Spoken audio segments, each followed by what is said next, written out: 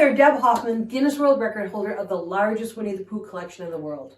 Let's be honest, 2020 hasn't been the best year for the majority of us. We've had some pretty crazy ups and downs, myself included. But I do have to say that last week, there's something that happened that is going to actually make 2020 not such a bad end. I want to share with you all the details. It's a little long, so grab a smack roll and some tea, have a comfortable seat, because I want to take you on a little bit of a journey as to why this latest item that I've added to my Guinness World Collection is so amazing. Hopefully you're going to be excited. So anyway, back up to 1997, 98, 99. I was collecting Winnie the Pooh, but not, I don't think, with the fervor and the passion that I am today. I had a room and I collected things, but I wasn't as crazy as I am today. One crazy thing I did do, though, is I said to Gary, someday I'd like to play Winnie the Pooh at the parks. Well, I'd have to be a park employee, I'd have to live in Florida, blah, blah, blah. That probably wasn't going to happen, at least real soon. But Sears still had Winnie the Pooh. They still had the exclusivity to sell Winnie the Pooh merchandise. So I said, well, why didn't I go to Sears and ask him if I can play Winnie the Pooh? And that's what I did. There's a Sears store in town, in Brookfield, Wisconsin. And so I went and I found the manager of the children's department. I said, I would like to play Winnie the Pooh. And I kind of expected her to give me a funny look, but she actually smiled and she said, this is great. In order to play the Winnie the Pooh costume in the 80s, you had to be 5 foot to about 5'4" or 5'5", because the costume was only a certain length, and so your legs couldn't stick out of the bottom, so you had to be a certain height. There was only one person in the kids department that was that height. So every time there was a kids sale, there was a store gathering or whatever, Winnie the Pooh would come out and this gal would have to play Winnie the Pooh. Well, I'll have to tell you from experience, that costume is very warm. And anybody who's ever played a fur costume knows that you can get heat stroke very easy in the costumes. So she was more than delighted to give up playing Winnie the Pooh. So there was a pamphlet or a binder, and I had to look through the binder, and it was all the different things you had to do or not do to play Winnie the Pooh. So I actually had to do a little audition for her, and she said, yep, you can do it. So the next time they had an event, sure enough, she called me on the phone, and I came in and I played Winnie the Pooh. And the very first time I did play Winnie the Pooh, I got heat stroke. I stayed in the costume too long. I didn't realize that by the time you were too warm, you had another maybe 5 or 10 minutes to get back to where you could not be in Winnie the Pooh anymore. And so it was a little too long. So I learned my lesson on the very first time. I also learned that the gal who used to play Winnie the Pooh, she ended up being my walker. And so Winnie the Pooh's, the costume's visibility was very poor. So you needed somebody by you to basically say, okay, there's a child coming up, at your 3 o'clock.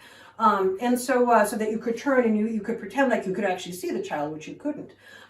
So there was one time that she's like, oh my gosh, I've got some things that I got to do. Can you just stand here?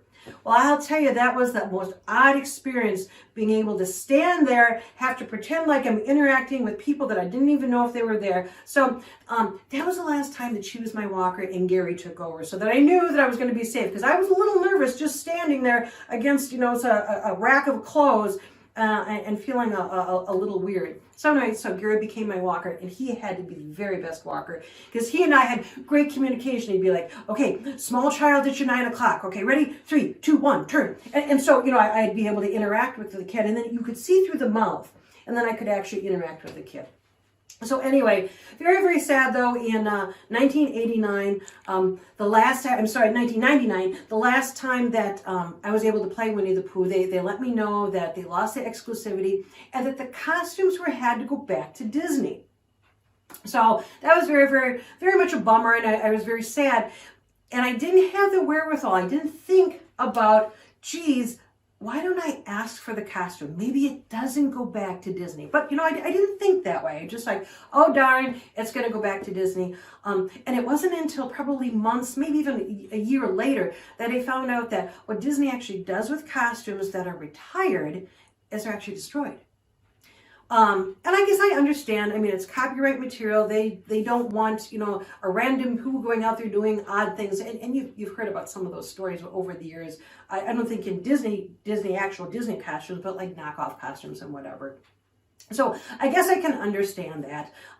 And supposedly one of the reasons I was told is that they don't want multiple versions of a costume to be out there. It's Pooh, and it's not this looking Pooh or that looking Pooh. I don't know if I believe that, but that's the story I was told. So anyway, so didn't think about getting that costume. So now fast forward, now I'm really collecting. I have the Guinness World Record, and it's 2011. And I'm at a business meeting, and I get a phone call, and it's from a lady, and she says, I have a Winnie the Pooh costume. Would you be interested in it? And now, I've been approached over the years with different Winnie the Pooh costumes, and they're usually costumes that you see on eBay. They're labeled as mascot costumes, and they look like they kind of look like Winnie the Pooh because they're yellow and red, but they don't look like Winnie the Pooh. So I'm like, okay, well, you know, send me some pictures. Who knows what she has? And she's like, no, this is one of the big head Poohs. I'm like, oh, really? Because that was the costume that was used in the 60s. It was used from 64, I think, and through to 89, I believe. So anyway, so it's the one that had the honey pot on the head and the bee on the honey pot. And so that's what she was describing to me, but I said, send me some pictures, and oh my God, that's the one. You guys have seen it. This is the one I have. This is Big Head Winnie the Pooh. So this is the Winnie the Pooh that I was able to get in 2011. So I nearly jumped through the phone when the lady said, sure, I'm interested in selling it. And I'm like, oh my God. And so Gary and I got in the car and we drove down to Florida, saw him, saw what kind of condition he's in. I mean, he's in beautiful condition. His head is fiberglass. It's 35 pounds. And so it sat on the actor's shoulders. And then the body actually collapses, but Gary's created or built a stick person out of PVC pipe so that it actually holds the head up and he can stand. And so he's absolutely beautiful. But this one, the actor didn't put their arms in the arms. They just kind of were floppy. And the only really kind of interaction that the costume had is that the actor could stick his hand in the nose inside the head and make the nose wiggle. Also, the ears are on kind of like a rope. And so in the head, there's a rope that you can pull the ears. So you can flap the ears, you can kind of move the nose a little bit, but that was pretty much all the interaction you could have with that costume.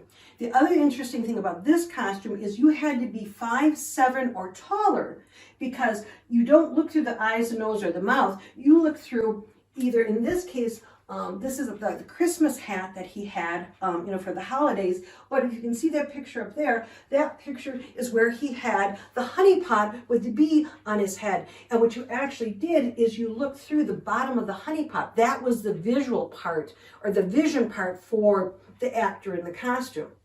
So anyway, so 2011, oh my gosh. And you know, when you're collecting, at least for me, I collect what I know. I don't collect what I don't know. So you don't know what you don't know. You know that saying, you don't know what you don't know. I didn't even think back in 2011 to be looking for a Winnie the Pooh costume. You know, I knew that the one that I wore at Brookfield Square was destroyed. I was sure these were destroyed. But the thing is back when these costumes were in use, I didn't know if Disney was as stringent about getting the costumes back. So there have been a couple out, that we've seen over the years. Obviously, I have this one. The 80s version, I'm like, well, you know, if there's some of these out there and I have one, and this is an older one, assuredly now, there's got to be one that I wore in the 90s that is, from 80 to 90, it's got to be out there. Okay, so here comes a 9-year search. I'm convinced that they're out there. They're probably just sitting in, some Sears closet somewhere. Somebody assuredly didn't send it back to Disney. So it's in a closet, or maybe somebody took it home. It's in a garage, it's in an attic, something. So I must have called every single Sears that was within a day's drive of Wisconsin back in 2011.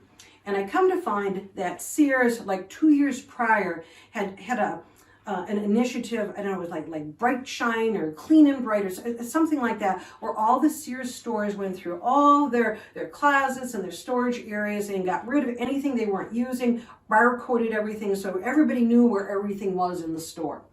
And probably if there were any at that point, they were either tossed or it's sent back to Disney or whatever. And so I must have called 100 Sears stores. I mean, and so every time I get the same story, oh, if we find one, we'll call you. Well, 2011 went and 12 went. And so I put ads out on Craigslist, on Facebook. I did search engine optimization on my own website. I mean, anybody who would give me 2 seconds, I would go blah, blah, blah, blah, blah. If you ever find a costume, anybody who I met that was an antique dealer or bought like liquidation store stuff, I would talk to. And so I have to be honest, the last couple of years, I'm like, I don't know if I'm ever going to find the costume that I'm looking for. And my dear, wonderful husband said, honey, don't give up. You will have that costume. So anyway, last week, I get a phone call from Oregon. And it's a gentleman, and he says, are you the Pooh lady? And I have to say, I'm used to getting that type of phone call. Lots of people call me and they want to sell the collection or donate the collection. And so I'm known as the Pooh lady. And so I started kind of chuckling. I'm like, yes, I'm the Pooh lady. And he said, well, I have a Winnie the Pooh costume. Would you be interested in it? And of course I got my hopes up for this the little second, but I'm like, could it be a mascot costume? What is it, a Halloween costume? Well, what kind of costume is it? And so I said, sure, I'd be interested. Why don't you text me some pictures? And guys, Gary was right. Finally, I have the Winnie the Pooh costume that I wore at Brookfield Square. Not only did he send me pictures of the costume, he actually had the crate that has the Winnie the Pooh name stamped on it that Sears kept the costumes in. They stored the costumes in. It has the assembly instructions as to how to put the costume together for the actor. It has what the costume is made out of. I just could not believe it. I just could not believe it. So I said to him, I said, okay, let's get it in a box. We got to make sure we pack it really well, because I'm like, oh my God, this head is made out of fiberglass. And I thought to myself, oh my gosh, if fiberglass is shipped, what kind of condition is it going to be in? That's part of the reason that we drove down to Florida to get this costume. So anyway, he was a real experienced shipper, and so I kind of coached them through, let's go, go to a store where they have appliances, because I mean the crate is huge. And not only is it huge, it is heavy. And so he thought, well, maybe it's about 50 pounds. I'm like, oh, okay, well, maybe like a washing machine box or whatever. So he put it in the washing machine box. He put enough peanuts in the crate to choke a horse, which was wonderful. And so anyway, so he gets to the shipping company and he calls me. He's like, Deb, it's not 50 pounds. It's 81 pounds. I mean, this crate is heavy. It's heavy duty tarp material. It's got a wood top on it. It's padlocked. And so anyway, so he puts it in the box and he sends it. And so now for the next 4 days, I'm like, oh my God, this is going to make it. Oh my God, what kind of condition is it going to be in? Oh my God. So last Sunday, it arrives. And I swear to God, I am nervous to open this box. I mean, this has been a 9-year search. And so guys, I have to share with you this beautiful costume after I found for 9 years. Let me introduce you to the 80s and 90s Winnie the Pooh costume that I wore at Brookfield Square. It is the exact costume. He is in beautiful, beautiful condition. His head is plastic, so I probably didn't have to worry quite as much. But much like the 60s, the big head Pooh, the body collapses, and so Gary built a stick person to put inside him, and the head is sitting on the stick person. I do have to say the muzzle is in a bit of, the muzzle is very, very fragile. It's definitely seen its better days, and so I don't want to even touch it because it kind of crumbles a tiny bit. So there's a couple of holes that were in the muzzle. that I'm like, well, how are we going to repair this? And I thought, oh, hey, the instructions actually had the type of foam that was used. It was P15 large cell foam. I'm like, oh, hey, no problem. I'll just get some of that and patch him. And so I Googled that. Well, it just must not exist anymore. I mean, you figure this is, 30 years old. So anyway, so we had to go to the Home Depot to go get the PVC pipe. And so we're walking around taking a look, is there anything that looks like it's foam that we could use? And Gary spots a leaf protector that you stick in the gutters. So it's a triangle shaped foam thing that you stick in your gutters to help protect it from having leaves get gummed up in the gutters. And so we bought one of those. We cut it really, really thin. And I did the best job that I could to try to match the color. So I think there's still a couple of spots that I'd like to tack a little bit of foam in, but that's really the only thing that is an issue with the costume. I mean, he is beautiful. Just like I said, the fur looks brand new. His shirt is even nicer than the big head Pooh shirt, and so he's just in amazing condition. And so I was so excited to share this with you. So now I have the Winnie the Pooh costume from the 60s and the Winnie the Pooh costume from the 80s and 90s. I don't think I'll get the costume that's used currently at the parks ever. But you know what? I can stand here just as happy as can be to have the 60s and the 80s Winnie the Pooh costumes together in my office. And so I wanted to share them both with you. I was so excited. I know this was a long story, but this has been a long search coming that finally successfully ended. So this is going to be the last Never Enough Pooh of 2020. And so please make sure that you go on out to my website, go on out to mostpooh.com, click on the contest link, make sure that you're a subscriber to my YouTube channel, mostpooh5150, and please enter the contest. I'm going to have 3 different questions that you can answer, enter 3 different times, and make sure that you're entered into the contest because I can't wait to give away something absolutely fabulous if you're the contest winner. I'll spoil the surprise a little bit. One of the things that I do want to give you is a copy of the actual assembly instructions that came with the costume. I'll make a copy of it for you because that all by itself is just an absolutely cool piece to have. And so whoever the winner is, I'll send a copy of that along as well. So thank you for listening.